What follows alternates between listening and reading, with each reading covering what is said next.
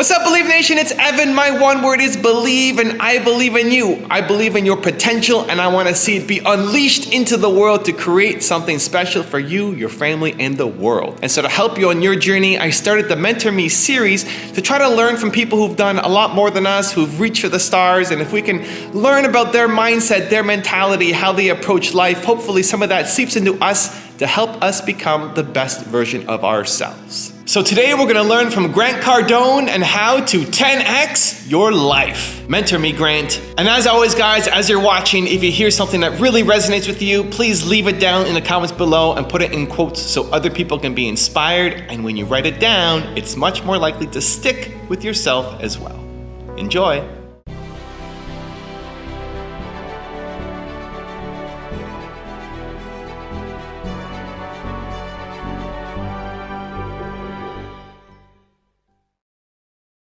And basically 2009, 2010, and 11 really kind of showed me, oh man, a lot of my thinking was broken, Brian. It was like I wasn't thinking big enough. And the 10X rule is really about how could somebody take where they're at if they're making $29 an hour or $15 an hour or $8 an hour, or you're not even hireable right now. By the way, I've been in every one of those situations. Or maybe you're making $150,000 a year now. So from nothing to 150 grand or $1 million, how would you take and 10x all that activity? And then while you're doing that, also 10x your marriage, 10x the kids, 10x your time off. How could I have everything? Because frankly, I get sick of hearing about people talk to me about part-time, doing something part-time. A guy pitched me the other day, hey man, if I could just get your help part-time. I'm like, dude, I don't do anything part-time. Part-time to me is like communism and the devil, okay? I'm an all-in guy. It's never paid off for me to be a dilettante or a spectator or kind of halfway in. I've only got to pay off when I was all in, all the time.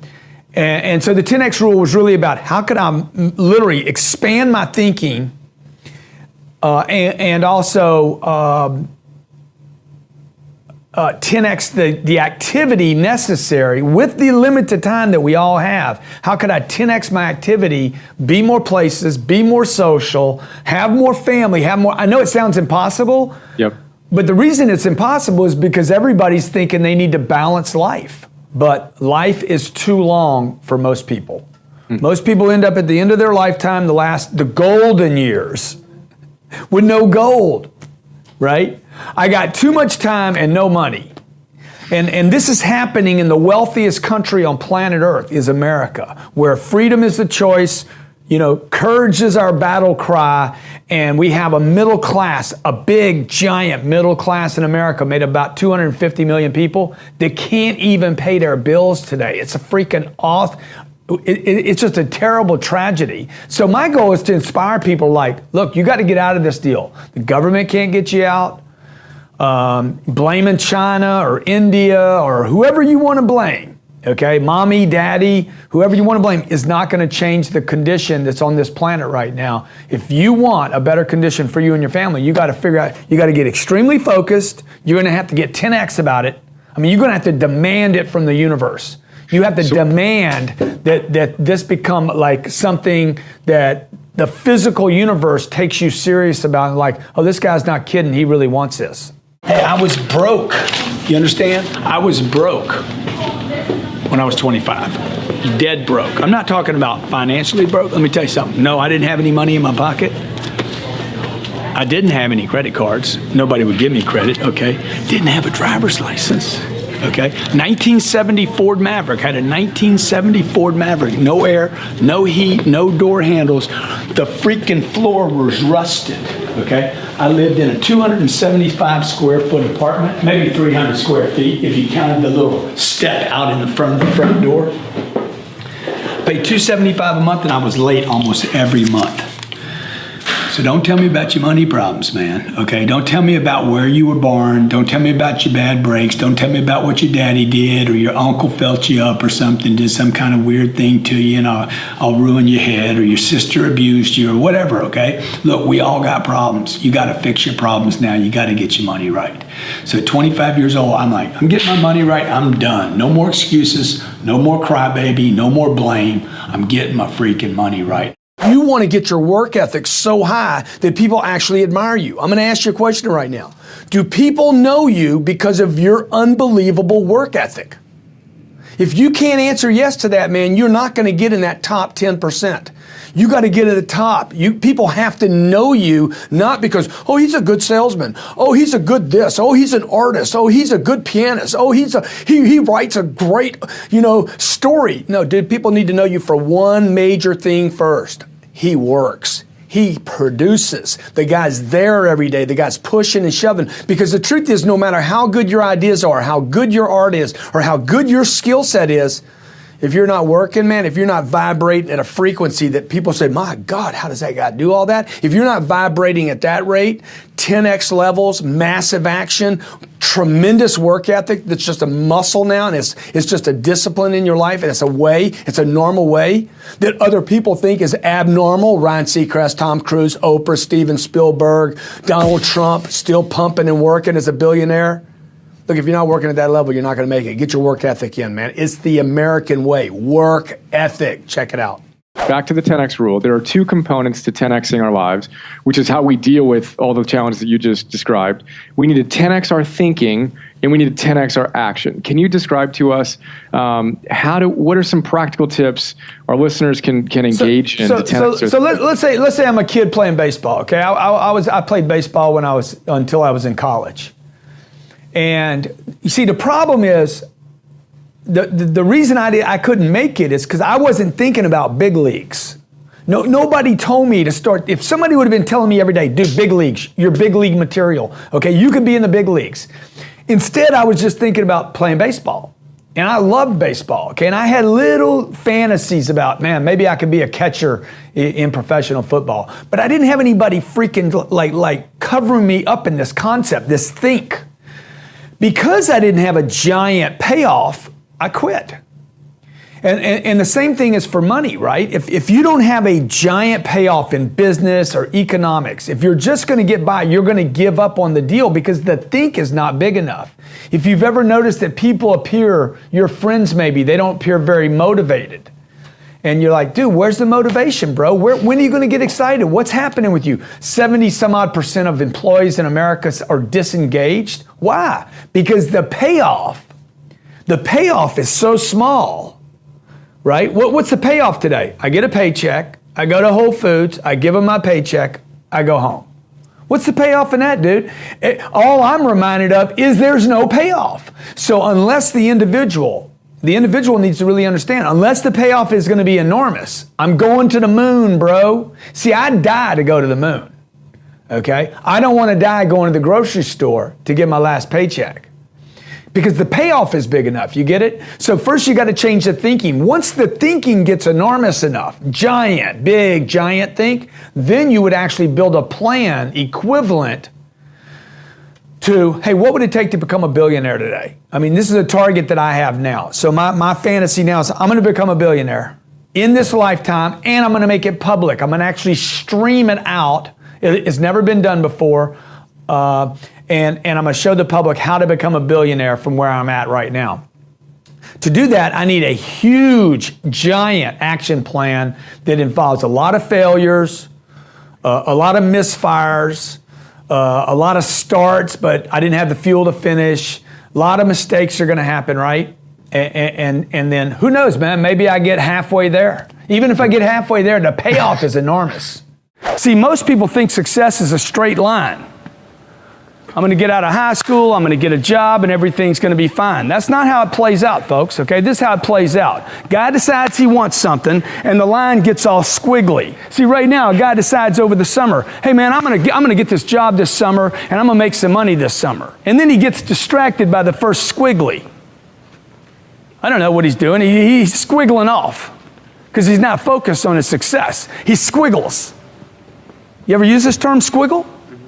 Yeah, man, I'm doing a squiggle. You know, I'm gonna go out and hang out with the guys this weekend. It's a squiggle. It's off path, off purpose, off potential. And so he ends up in a bunch of loops over here. Most people get stuck in loops. I did it. When I got out of high school, I was in a lot of trouble. Didn't have any focus. Wasn't fulfilling my potential. Was distracted. Didn't have a coach. Didn't have an older brother. Didn't have a father. Lost. What am I doing? Okay, don't know where I'm going. I know I got this potential. It's sitting there inside of me. It's a little candle burning. I know it's there. I hadn't quite put it out when I was 20 years old. But it was low. Any of you ever been there? What am I doing every day, man? Why am I getting up every day? Why am I going to school? I didn't even know why I was going to school. I was just going to school. I was just doing school. I didn't even want to go to school. See, I'm squiggling around, okay? If you persist and stay focused and surround yourself with other people that persist and stay focused, who knows, maybe you'll come out the other end. Today, I spend 95% of my time on offense, financially on offense, and 5% or less sometimes actually on defense. What that means is this: spend all your time on banking money, making money, spend money actually to make money, and only spend about 4 or 5% of your time on budgets, saving, reducing. See, the point here is this: if you notice how many people on this planet are talking about saving money, what they all have in common is they're broke. They're worried, they're scared, they never have enough money, okay? You know why? Because they're spending 95% of their time on coupons, clippings, savings, looking for the best deal, running all the way across town to save $1, when they could have spent all that time on banking dough, on making money, on getting creative and productive. So look, you can start monetizing now, you can start making money now, but you gotta get your head right.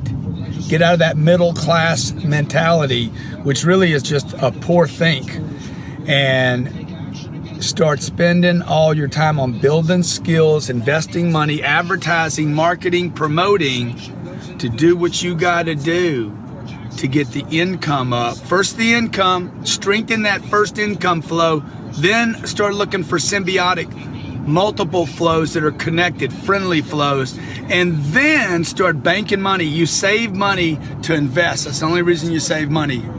Not for retirement, not for problems in the future, not for a rainy day, so that you can blow up and explode with multiple passive income flows into the future. I just want people to understand this. You don't need to love every second of every day, okay? You don't need to love it. You don't even need to like it. I mean, I get sick. I was at the Pentagon talking to a bunch of troops in transition, and everybody was up there. The speakers were telling them, do what you love when you get back in transition. You've served us in Afghanistan. Come back. Find what you love. And I'm like, dude, that's bullshit. Oh, that's crazy. What are y'all doing, man? Look, you need to do what it takes, whatever it takes to take care of your family today. Most of what you and I have to do every day, we don't love. I mean, I start my day like this, okay? I start my day like, man, I don't even know if I want to get up this morning, dude. I don't want to get up, okay? Oh my God, Brian, I don't want to get up today, dude. I want to sleep in. My little 6-year-old comes and jumps in. She plays. I'm like, I just want to stay in here and just love on her all day. But you know what? I'm like, oh, I got to drive to work. I got to show up. And this is where the flow happens. When you push through the grind and like, okay, I'm going to show up anyway. And then all of a sudden, and this is where I agree, I start creating, I start doing my deal. I start finding out who I really am. I start getting to exercise my creativity. And then I'm like, oh, dude, that's what I'm here for. I'm in my purpose now. Thank you guys so much for watching. I hope you enjoyed. I'd love to know, what did you take from this video? What are you going to immediately apply somehow to your life or to your business? Please leave your thoughts down in the comments below. I look forward to hearing what you have to say. I also want to give a quick shout out to Gary Cox. Gary, thank you so much for picking up a copy of my book, Your One Word, and doing the review on your YouTube channel. I really, really appreciate the support, man, and I'm so glad you enjoyed the book. Evan's focusing on in his new book, Your One Word. So thank you guys so much for watching. I believe in you. I hope you continue to believe in yourself and whatever your one word is. Much love, guys. I'll see you soon. So let me give you the one word secret to happiness. One word. This is all you need to be happy. The most important word ever. If you had to think of one word that's most important to you or that sums you up or that would be kind of like a little beacon. Hey Believe Nation, if you want to know what the most important one word is for Tony Robbins, Gary Vaynerchuk, Oprah Winfrey, will.i.am, and Howard Schultz, I have a very special secret video for you. Check the description for details.